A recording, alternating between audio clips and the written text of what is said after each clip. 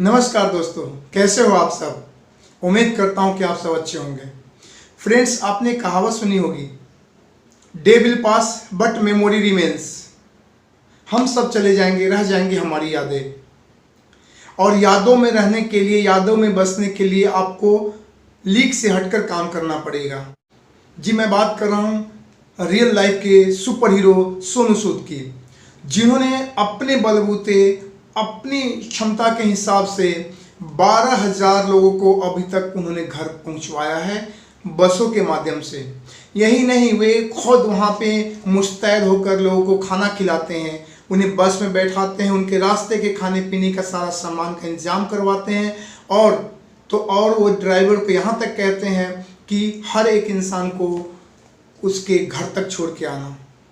जी हाँ, super hero, इसे हम कहते हैं सुपर हीरो, न कि केवल फिल्मों के हीरो।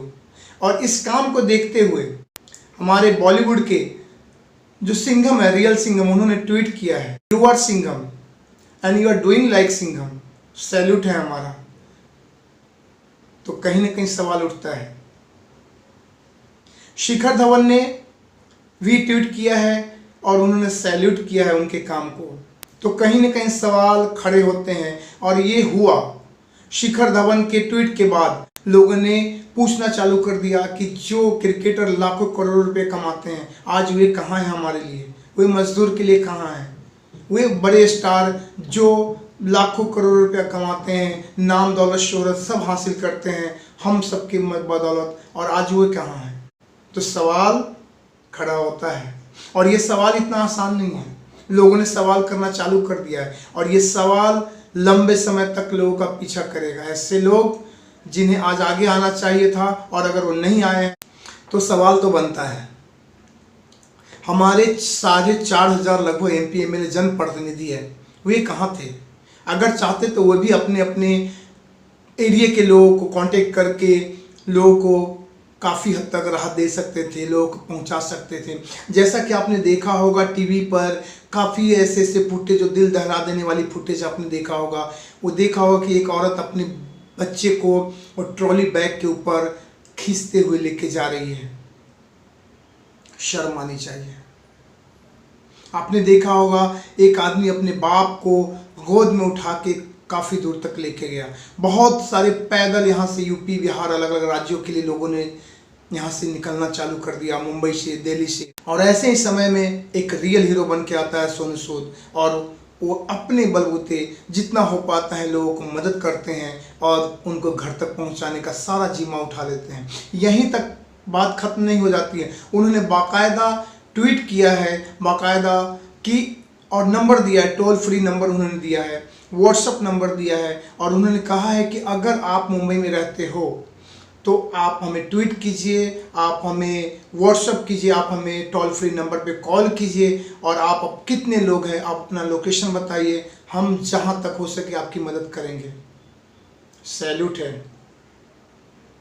और इसी क्रम में सिवान के एक बंदे ने ट्वीट किया कि हमारे सिवान में आपके फोटो लगाए जाने, आपकी मूर्ति लगाए जाने की बात चल रही है। आपको पता है सोनू सूद ने क्या कहा? उन्होंने इतना अच्छा जवाब दिया है कि उस पैसे से आप किसी गरीब को मदद कर दो। Thank you, really you are great.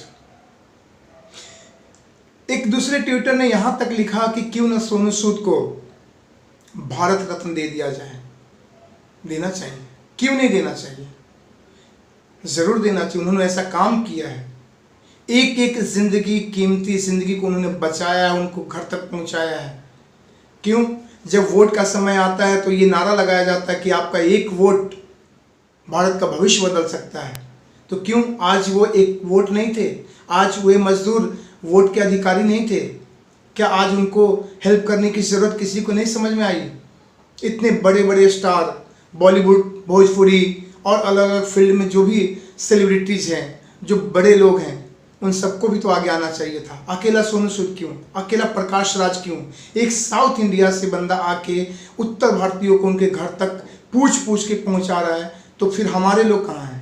हमारे उत्तर भारतीय लोग कहाँ हैं? हमारे उत्तर भारतीय इतने बड़े बड़े लोग, इतनी बड़ी संस्थाएं हैं, वे लोग कहाँ हैं? एक कहावत है ना, बड़ा हुआ तो क्या हुआ, जैसे तार खजूर, पंथी को छाया नहीं, फल लगे अति दूर। आपके पास क्या है, मायने नहीं रखता है कि आप कहाँ हो, किस पोजीशन में हो, मायने रखता है कि आप किसके लिए कितना काम आते हैं। और आज समय था काम आने का, आज समय था लोगों का हीरो बनने का। तो कहीं ना कहीं सवाल पैदा होता है, सवाल खड़ा होता है, कहाँ चले गए वे लोग जिनको भारत में खतरा महसूस हो रहा था, भारत का भविष्य खतरे में नजर आ रहा था। आज तो आगे नहीं आए उन्होंने, आज तो एक भी नजर नहीं आ रहे। कहाँ हैं वे लोग?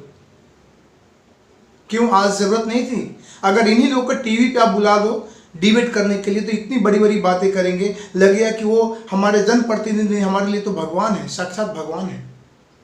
और आज जरूरत के समय आप कहाँ हो? तो सवाल खड़ा होता है, और ये सवाल इतना आसानी से आप लोग का पीछा नहीं छोड़ने वाला है। लोग याद रखेंगे, क्योंकि ये जनता है, सब कुछ जानती है। एक आम इंसान किस तरह अपनी जिंदगी को काट रहा है, किस परेशानियों को झेल रहा है, आप नहीं समझ सकते। कहते हैं ना, the wearer the knows where the shoes finches.